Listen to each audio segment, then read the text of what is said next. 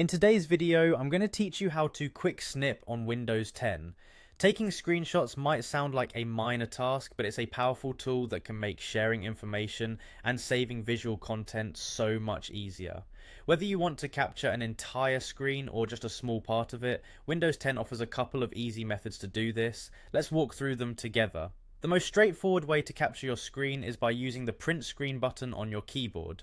This little key is often abbreviated as PARTY-SCN. Simply press this button and it will capture your entire screen. This image is then copied to your clipboard, which means it's ready to be pasted into a document, an email, or an image editor like Paint. Speaking of Paint, if you want to save this screenshot as a file, just open Paint, paste the image by using Ctrl-V, and then save it using the File menu. Now, if you need a bit more flexibility, Microsoft has built another tool into Windows called the snipping tool. This tool offers a more versatile approach to capturing your screen.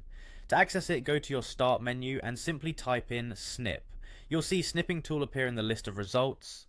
Click on it to open the program. Once you have the snipping tool open, you'll see several options. The snipping tool allows you to snip a section of your screen rather than the whole thing. You can choose from a few different snip types like a freeform snip, a rectangular snip, a window snip, or the full screen snip. To capture a section of your screen, simply click on the New button. This will enable you to select the exact portion of your screen that you want to capture. Everything looks a bit faded when this mode is on, but don't worry, that's normal.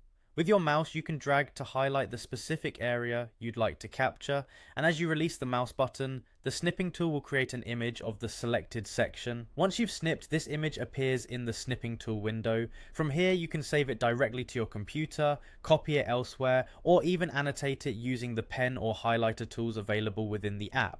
And that's all there is to it. Whether you're quickly grabbing your entire screen with the print screen button or making a custom capture with the snipping tool, capturing images in Windows 10 is both simple and effective. Thanks for watching, and I hope you found this tutorial helpful. If you did, please like and subscribe for more handy tech tips. See you in the next video.